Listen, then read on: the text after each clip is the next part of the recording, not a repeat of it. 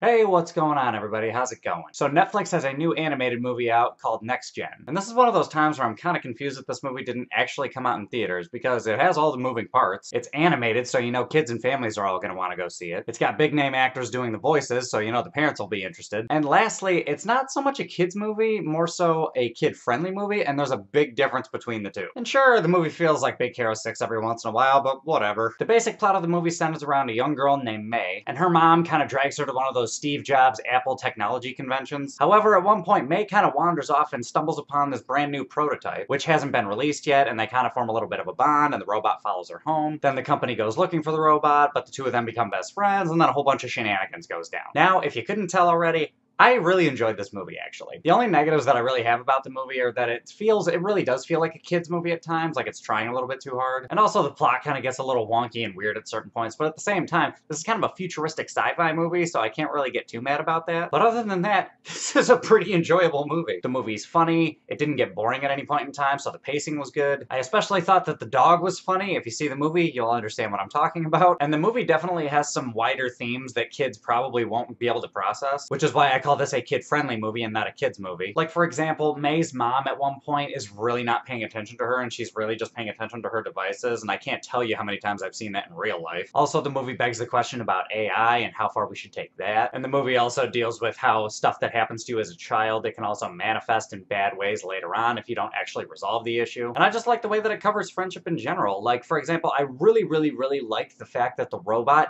legitimately cared about its friendship with May. And just the way that that was illustrated, I thought was pretty good. And there are also two characters that are straight up Steve Jobs and Steve Wozniak, like to a T. I also like the way the movie ended, and a lot of the action scenes were kind of fun, actually, and there's a lot of really good physical comedy in it as well. But yeah, overall, guys, really not a bad movie. So I think overall, for a score out of 10, I think I'm gonna give it an 8.3.